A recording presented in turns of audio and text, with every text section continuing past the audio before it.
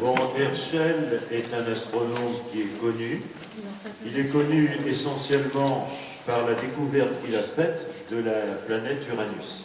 C'est la première planète découverte après celle qui avait déjà été, dans les temps immémoriaux, trouvée par nos ancêtres, même peut-être à l'échelon préhistorique. Il est un peu moins connu pour avoir fabriqué le premier télescope géant, vous verrez d'ailleurs l'engin, qui lui a finalement peu servi. Pour une raison essentielle, c'est qu'il était vraiment très peu maniable. Herschel, qui passe pour anglais, effectivement anglais, mais avant d'être anglais, il était allemand. En effet, sa famille vient d'Hanovre. Hanovre qui se situe dans la Saxe. Bon, là c'est une carte de l'Allemagne. À l'époque, l'Allemagne n'existait pas, elle était séparée en de nombreuses royautés. Une principale qui se trouvait aux alentours de Munich et Stuttgart, c'était la Bavière, et puis l'autre, c'était la Prusse. À l'époque où Herschel est né, Hanovre était sous protectorat anglais.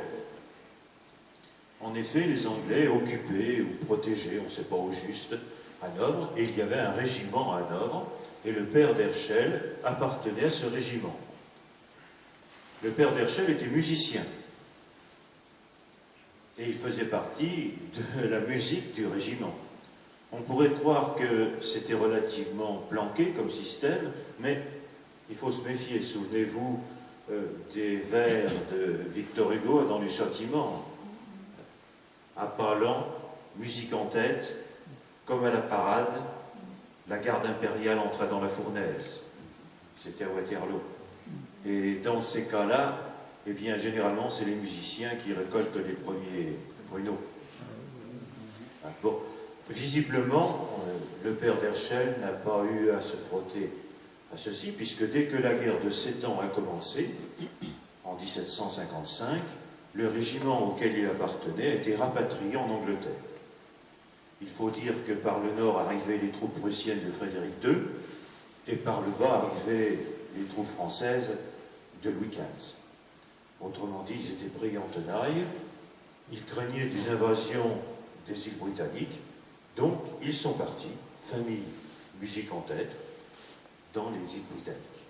Et c'est comme ça que Herschel a transformé son prénom de William en William, et qu'il est devenu sujet britannique.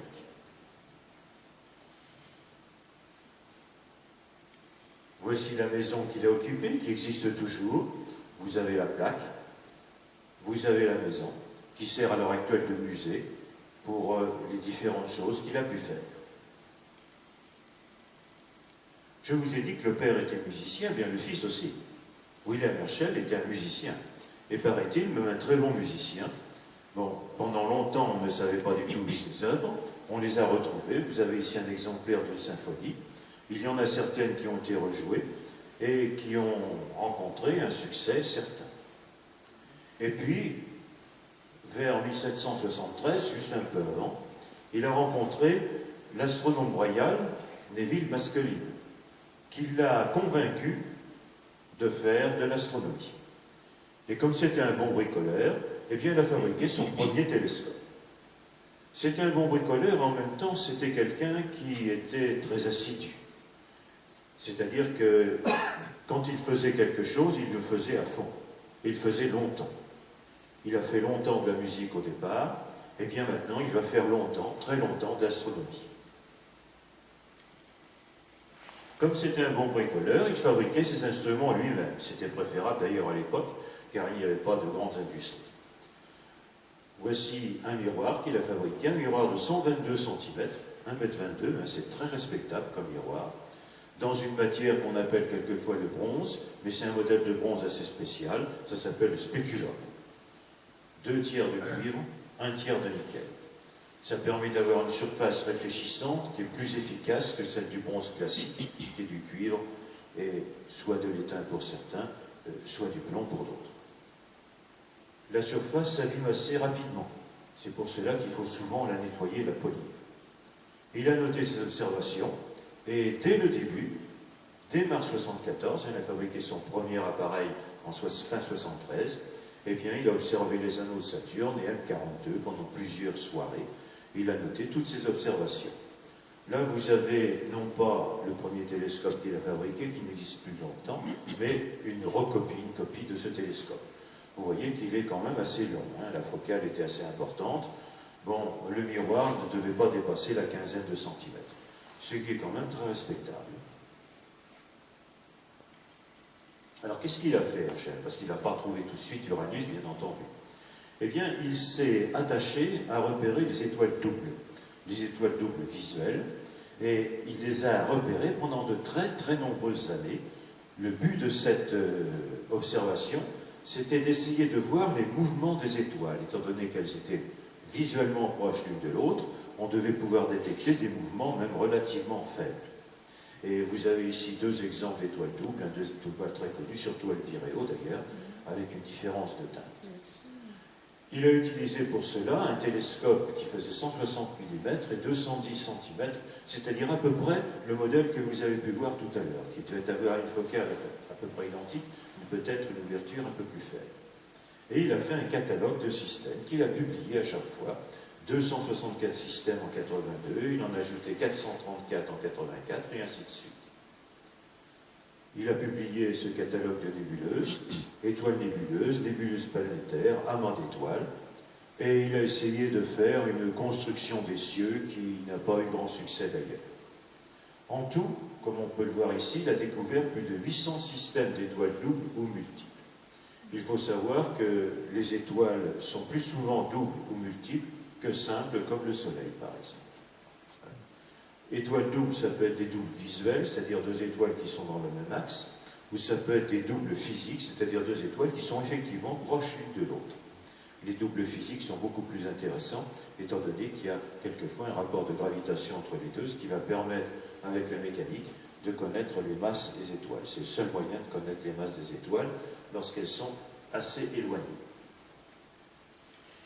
Et puis, en faisant ce travail de fond, eh bien, il a découvert quelque chose qui est assez bizarre, un petit disque, qui se déplaçait très peu, c'est pour ça qu'on ne l'avait pas repéré, qui était la limite de visibilité normale, c'est-à-dire sans instrument, puisque, comme vous savez peut-être, eh bien, les étoiles sont repérées par magnitude, et on estime qu'un très bon observateur, avec une nuit bien noire, peut arriver à déceler jusqu'à la magnitude 6.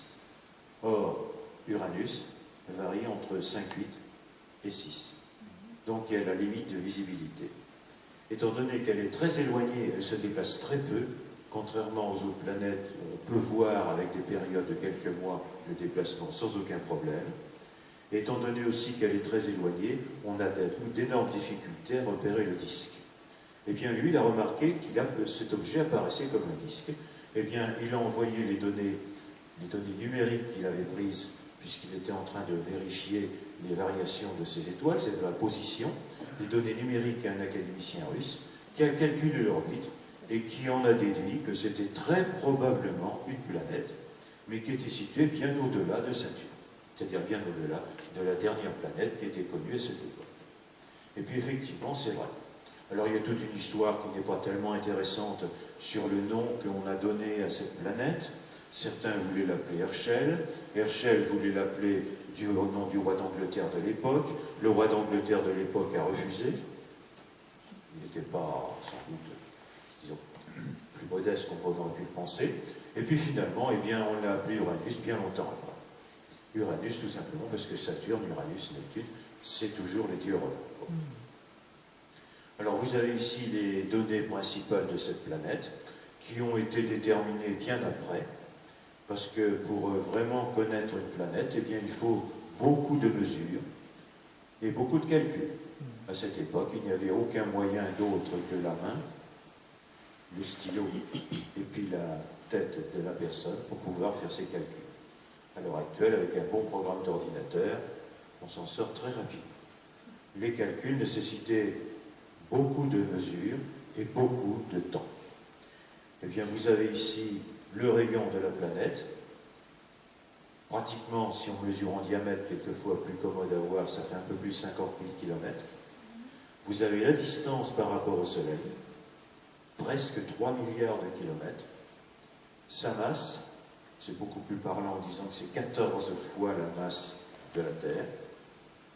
Pour la taille de la planète, on s'aperçoit tout de suite que c'est beaucoup plus léger par rapport à la Terre. D'où une densité qui est pratiquement 4 fois inférieure à celle de la Terre, 4 fois et demi pour être précis. Une superficie assez importante, et puis un certain nombre de ce qu'on appelait toujours des lunes, ou des satellites, mais enfin pour les satellites et planètes, on en parle souvent de lunes. Tout un tas de satellites qui ont été découverts beaucoup plus tard. Une petite anecdote, mais je ne reviendrai pas là-dessus. Il a été aidé pour toutes ces mesures par sa sœur. Sa sœur qu'il avait en quelque sorte éduquée, la petite Caroline, on ne s'en occupait pas dans la famille, et bien c'est le frère qui l'a élevé, pour ainsi dire, et surtout qui lui a appris quantité de choses. Comme je vous l'avais dit lorsqu'on a vu les femmes astronomes, lorsque Herschel s'est marié, bon, ça s'est mal passé, sa femme a exigé qu'on l'éloigne Caroline. Eh bien, on l'a éloignée, c'est un fait, mais Caroline a eu un télescope, et elle s'est très bien débrouillée toute seule par la suite.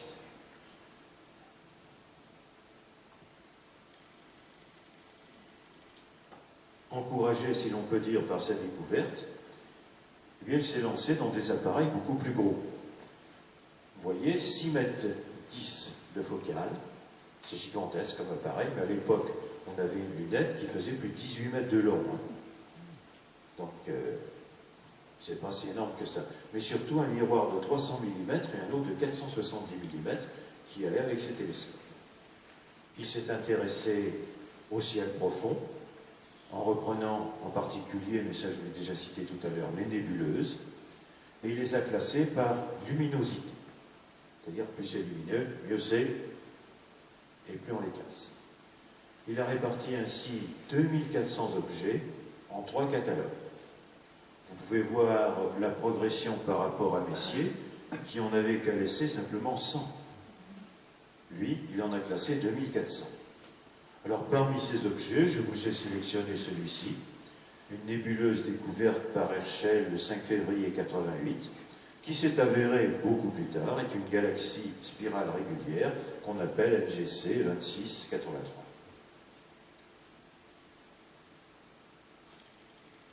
Il s'est intéressé aussi au Soleil, en repérant les taches solaires, en repérant leur mouvement, et surtout, on peut dire que ça peut paraître un peu bizarre, il a comparé les taches solaires avec la variation du prix du blé. Vous me direz, qu'est-ce que ça a à voir? Eh bien, tout simplement parce qu'il voulait essayer de trouver une relation entre les taches solaires et le climat. Quand le climat est plus chaud, il y a plus de blé et le prix descend. Avec un climat froid, eh bien, il y a moins de blé et le prix augmente. C'était tout à fait logique. Plutôt qu'essayer de trouver des relations beaucoup plus sophistiquées, relations directes avec la production de blé, qui était, comme tout le monde le sait, essentielle à cette époque. C'était la principale ressource alimentaire. Eh bien, il a comparé ceci. Bon. Et il s'est aperçu qu'effectivement, il y avait une relation, peut-être pas si évidente que ça, mais entre le climat et les taches solaires. La chaleur diffusée par le soleil. Mais, comme je le marque en bas, il n'a pas détecté le cycle de 11 ans. Tout simplement parce que dans cette période, on était dans le minimum de Dalton, il y a eu le minimum de Mulder juste avant, c'est-à-dire à l'époque de Louis XIV, où on a eu pendant une dizaine d'années pratiquement aucune tache solaire et une période pré-glaciaire, puisque la Seine gelait pendant plusieurs mois, et on raconte que les fers de vin gelaient à Versailles. Il faut le faire quand même. Pour faire geler un verre de vin, il faut vraiment qu'il fasse froid. Remarquez, le vin était beaucoup moins alcoolisé à cette époque que maintenant. Mais enfin, bon, c'était déjà toujours ça. Eh bien, là, nous avions un minimum qu'on appelle le minimum de Dalton, qui était moins important, mais qui était quand même remarquable. Souvenez-vous de 1812, la retraite de Russie, c'était pas la chaleur. Bon, eh bien, ça tombait en plein dans ce cycle-là. Il a détecté pendant 40 ans les taches solaires, et puis, eh bien, il n'a pas pu détecter le cycle de 11 ans qui a été vu plus tard. Alors, ce qui est intéressant aussi, c'est qu'il a démontré qu'il y avait un rayonnement infrarouge, rayonnement qu'on ne connaissait absolument pas. C'est une petite expérience qu'on peut faire assez facilement, soit avec une lampe infrarouge, soit avec le soleil. C'est un peu plus délicat avec le soleil. On envoie le soleil sur un prisme, que vous avez en bas. Hein, c'est mieux que les réseaux pour ça. Et à l'issue du spectre, eh bien, on place un thermomètre à l'extrémité rouge, après l'extrémité rouge, et on s'aperçoit, chose très importante, que le thermomètre monte. Donc il y a un rayonnement qui se fait à cet endroit-là, un rayonnement que nos yeux ne détectent pas, mais qui apporte de la chaleur. C'est une expérience que j'ai faite avec les élèves autrefois, c'est relativement simple à faire, surtout avec les thermomètres électroniques, qui ont une précision assez importante et qui ne nécessitent pas une très longue exposition, parce qu'après, ça se refroidit assez vite avec des courants d'air. Eh bien, il a démontré ainsi qu'il y avait des rayonnements infrarouges.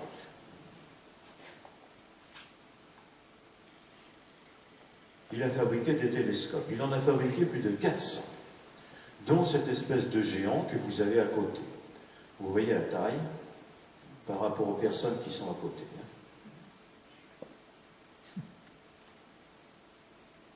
1,26 m de la taille du miroir et 12 mètres de focale. Je ne vous indique pas le poids, il était remarquable. Pour le manier, il ne pouvait osciller qu'entre ces deux bâtis. Il fallait 5 personnes avec des ballons. Il ne pouvait se déplacer que d'une dizaine de degrés. Il pouvait monter assez haut, descendre, pas aucun problème. Donc il était branché essentiellement sur le méridien. Mais le fait de le monter et de le descendre faussait un peu le chemin optique qu'il y avait à l'intérieur. Autrement dit, eh bien, le tube pliait légèrement. Or, tout le monde sait que pour pouvoir observer, eh bien, il faut placer un miroir secondaire à l'intérieur du tube. Si le tube plie légèrement, eh bien, ce miroir n'est pas centré. Et il est très difficile de déplacer le miroir intérieur. Alors Herschel, qui était malin et bien bricoleur, eh bien, au lieu de mettre le miroir bien dans l'axe, le miroir principal, il a légèrement incliné, de façon à ce que le chemin optique arrive en bordure du tube. Et là, c'est beaucoup plus facile de déplacer l'oculaire en bordure du tube. Et c'est pour ça que vous avez cette espèce de petite cage qui se trouve là, et c'est à cet endroit-là que se plaçait l'observateur, Herschel en l'occurrence. Alors ça rappelle beaucoup, plus exactement, ça a peut-être servi d'idée au télescope qui s'appelle les Richer-Chrétien, qui ont des miroirs. Alors cette fois-ci, ce n'est pas un miroir incliné, c'est un miroir qui est déformé et qui renvoie la lumière sur le côté, comme ici, et non pas dans l'axe. Voilà. Les Richer-Chrétiens sont d'excellents télescopes et ils coûtent malheureusement très cher, puisque l'équivalent d'un télescope de 300 mm, ça fait pratiquement 20 000 €. Par contre, ce sont de la qualité supérieure. Alors donc, eh bien, il s'est servi de son télescope. Vous voyez, il y avait une petite cabane pour protéger le miroir principal, parce que bon, on ne pouvait pas faire un dôme à cette époque de cette taille-là, ça aurait été très difficile à faire. Par contre, vous pouvez voir qu'il était monté sur roulette, ce qui lui permettait un débattement pas très important, mais suffisant quand même pour pouvoir se déplacer correctement. Il y en a un autre par la suite qui, lui, n'était pas monté sur roulette et qui est entre deux murs. Mais bon, ce n'était pas Herschel qui l'avait fabriqué. Eh bien, dès le premier jour, il a découvert un satellite de Saturne, Encelade. Et puis un mois plus tard, Mimas. Là, vous avez la photo d'Encelade. Ce sont des satellites qui ne sont pas très très importants, ils sont un peu inférieurs à la Lune, mais par rapport à Saturne, c'était très intéressant de les voir. Finalement, il a relativement peu observé avec ce télescope géant. Effectivement, ça nécessitait beaucoup de personnes, beaucoup de maniements. Il était peu pratique. Il a préféré faire d'autres observations avec d'autres télescopes. À l'époque, Herschel n'était pas le seul. Tout le monde était persuadé qu'il y avait de la vie sur les autres planètes. Puisqu'on a un ouvrage d'Arago, qui était assez connu comme directeur de l'Observatoire de Paris, qui vivait dans les années 1840-1850, qui décrit en long, large et en travers la population qu'il pouvait y avoir sur les planètes, y compris d'ailleurs sur le Soleil. Et lui, il pensait, là vous avez un dessin qui a été fait un peu plus tard, qu'il y avait des constructions sur la Lune. Il faut dire que les appareils d'optique n'étaient pas d'une excellente précision et que l'imagination pouvait pallier à ces petits défauts. Hein, là, bon, avec nos appareils, il n'y a aucun problème, mais à cette époque, eh bien, on voyait la Lune un peu comme ceci, avec tout un tas de constructions. Bon. Je rappellerai que beaucoup plus tard, eh bien, sur Mars, juste à la fin du 19e siècle, avec Schiaparelli en particulier, on a vu tout un tas de canaux. Et on y a cru pendant très longtemps, malgré le fait que dès 1910, avec le télescope, non pas celui du Mont Palomar, mais du Mont Wilson, qui faisait 2,50 m de diamètre, eh bien on s'est aperçu que les canaux n'existaient pas. C'était des illusions d'optique, et illusions d'optique qui étaient renforcées par l'esprit des gens qui étaient persuadés qu'on voyait des canaux. Et ça, quand on est persuadé de quelque chose, c'est très difficile ensuite de revenir, sauf si on a des appareils bien supérieurs. Eh bien là, vous avez un dessin de Mars tel qu'il a été fait avec tous les canaux. Beaucoup de personnes ont cru pendant très longtemps à ces canaux. Il suffit de se souvenir de ce que avait fait H.G. Wells, hein, l'émission radio, hein, qui a été, avec la guerre des mondes, un succès monumental et en même temps a déclenché une véritable panique sur les côtes des États-Unis où les gens croyaient vraiment que ça arrivait, que les Martiens étaient là, ont monté dans leur voiture et sont partis. Alors que finalement, il a été obligé de dire que c'était de la fiction. Et ça, c'était basé sur des observations qui avaient beaucoup de succès, si l'on peut dire, à ce sujet-là. Eh bien, Herschel était sûr qu'il y avait de la vie sur les planètes et même sur le Soleil. Et pour le Soleil, on pourrait dire avec la chaleur qu'il fait, mais à cette époque-là, on n'était pas du tout persuadé que le Soleil était si chaud qu'on pouvait le penser à l'heure actuelle. Et puis en plus, comme on voyait des taches solaires, les personnes disaient, ben, c'est très simple, les taches solaires, c'est la surface du Soleil qui est beaucoup plus froide, c'est l'atmosphère qui est chaude et qui nous éclaire, mais à la surface du Soleil, eh bien, on pouvait se déplacer comme sur une planète normale. On en rigole maintenant, mais à cette époque, ce n'était pas du tout le cas. Alors qu'est-ce qu'il a fait comme autre découverte? Eh bien, il a trouvé, puisque Uranus c'était sa découverte principale, avec ses télescopes, il a découvert deux autres satellites, Oberon et Titania. Là, c'était l'étape vraiment au-dessus de ce qu'il avait découvert précédemment avec les satellites de Saturne. Il a mesuré l'inclinaison axiale de Mars. Mars, effectivement, comme beaucoup de planètes, n'a pas un axe qui est parfaitement perpendiculaire au plan de l'écliptique, mais est incliné, un peu comme la Terre, d'ailleurs, à peu près de la même valeur. Ce qui conduit à voir sur Mars des saisons, comme c'est le cas sur Terre. Il a donc découvert les variations des calottes martiennes qui traduisent ni plus ni moins que cette inclinaison et que les saisons. Puisque, comme sur Terre, c'est inversé. Quand c'est l'été d'un côté, c'est l'hiver de l'autre, et ainsi de suite. Il a montré que le système solaire est en mouvement. Ça, c'était une nouveauté, parce que jusqu'à maintenant, on était très loin d'imaginer que le Soleil pouvait se déplacer. Alors, il l'a montré justement en utilisant les étoiles doubles et en montrant qu'il y avait des décalages. Le fameux effet de parallaxe, en particulier, était basé là-dessus. Et en montrant ces décalages, eh bien, il s'est aperçu que finalement, ça traduisait un mouvement du système solaire. Il en a déterminé à peu près la direction, mais il s'est trompé complètement parce qu'il pensait que le système solaire n'était pas loin du centre de la galaxie de la Voie lactée. Ce qui pouvait paraître un peu contradictoire, parce que si la galaxie se déplace globalement, le système solaire au centre ne pouvait pas, lui, bouger. Mais enfin, on pouvait penser que le système solaire avait un mouvement différent des autres étoiles de la galaxie, puisque c'était assez difficile de mesurer le mouvement des autres étoiles.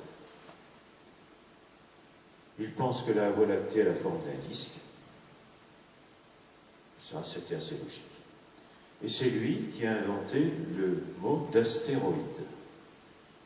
comme un astre, un stéroïde. Ça vient du grec. Comme beaucoup de choses d'ailleurs. Je vais revenir quand même parce que je voulais vous montrer quelque chose, c'est pas grave, voilà.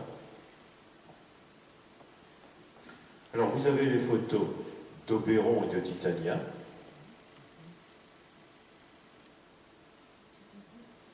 Les deux satellites d'Uranus, et la photo de Mars avec les calottes polaires. La calotte sud étant beaucoup plus importante à ce moment-là que la calotte nord. Autrement dit, ça doit être l'été au nord et l'hiver au sud à ce moment. Bon. Vous pouvez remarquer que les satellites se ressemblent beaucoup.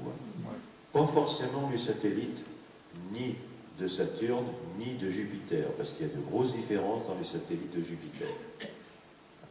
Dans les satellites de Saturne aussi, Titan ne ressemble à aucun autre satellite, avec son atmosphère assez importante de méthane.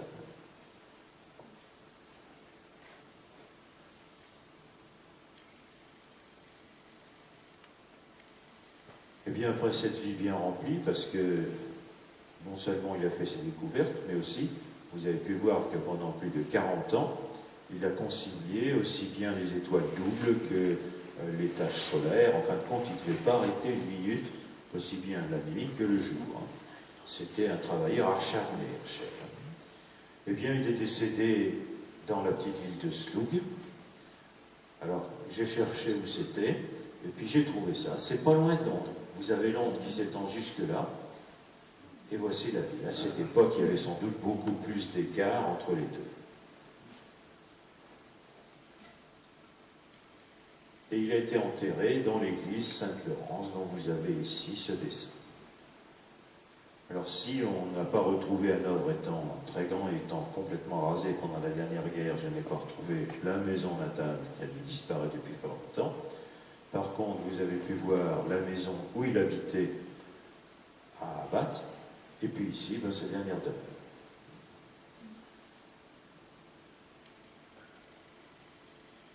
Alors, à part ceci, qu'est-ce qu'il en est resté? Eh bien, d'abord, le symbole de la planète Uranus. Effectivement, la planète Uranus a un symbole avec la lettre H. Un cratère sur la Lune. Le cratère que vous avez ici au centre, qui est le cratère Herschel. Et puis l'énorme cratère qui est sur un des satellites, une des lunes de Saturne, Mimas, qui est absolument gigantesque. Vous pouvez voir la limite de ce satellite ici et l'impact que ça a eu. C'est presque étonnant que le satellite soit resté entier, parce qu'avec un pet pareil, qui occupe pratiquement 1/6 de la surface du satellite, il aurait pu éclater sans aucun problème et rajouter des morceaux aux anneaux de Saturne. C'est énorme.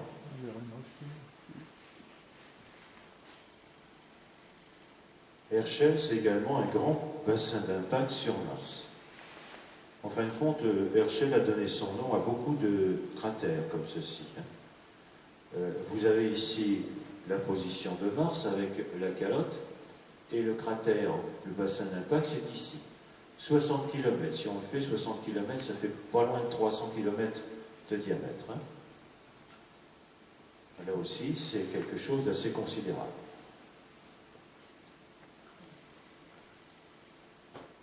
Comme c'était un fabricant de télescopes, eh bien on a donné aussi le nom d'Herschel à certains télescopes.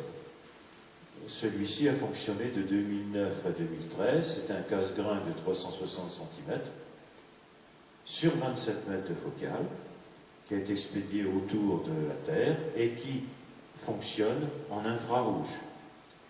Vous pouvez constater que c'est tout à fait logique.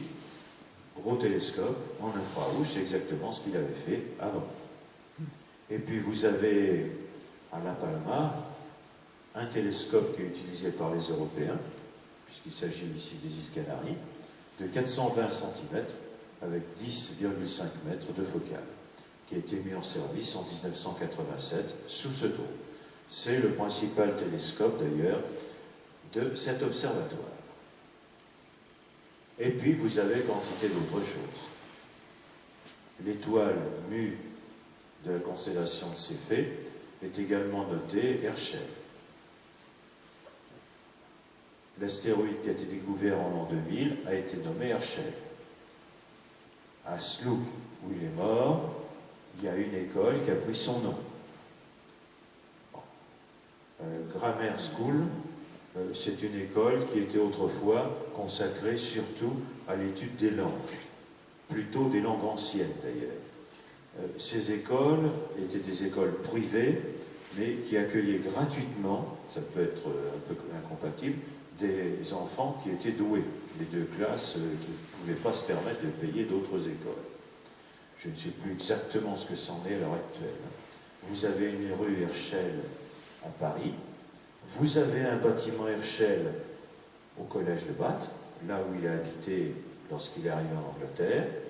Vous avez un musée d'astronomie, c'est ce que je vous ai montré tout à l'heure avec la maison d'Herschel, c'est là-dedans. Vous avez un lycée à Nord, ville natale d'Herschel. Alors, j'ai cherché assez longtemps où ça se trouvait, le petit village d'Herschel. Il est tellement petit qu'il n'est même pas noté.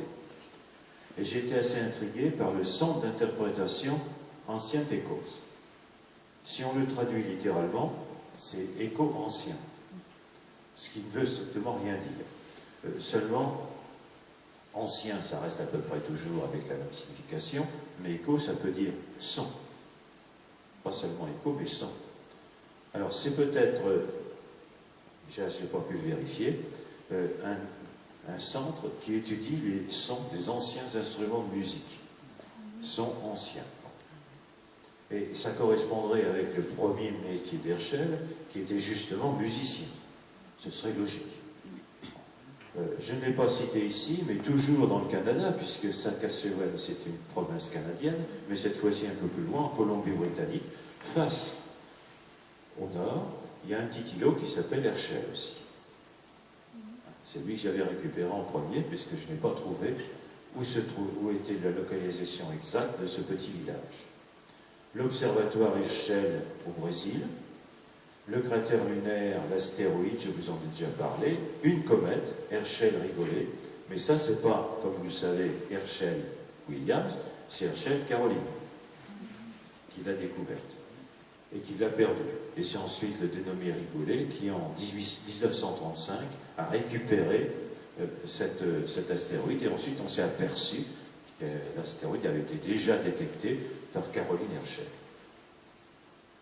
La maison publique à Slough, une société astronomique en mémoire d'Herschel, un parc Herschel, et puis enfin, dernière chose que j'ai trouvé assez amusante, c'est la gare routière, qui a été construite avec une forme assez spéciale, qui est, paraît-il, inspirée par l'expérience d'Herschel sur des infrarouges.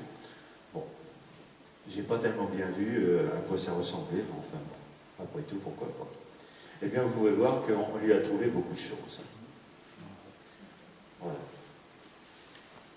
Bon, c'est tout ce que je peux vous dire pour ce Herschel.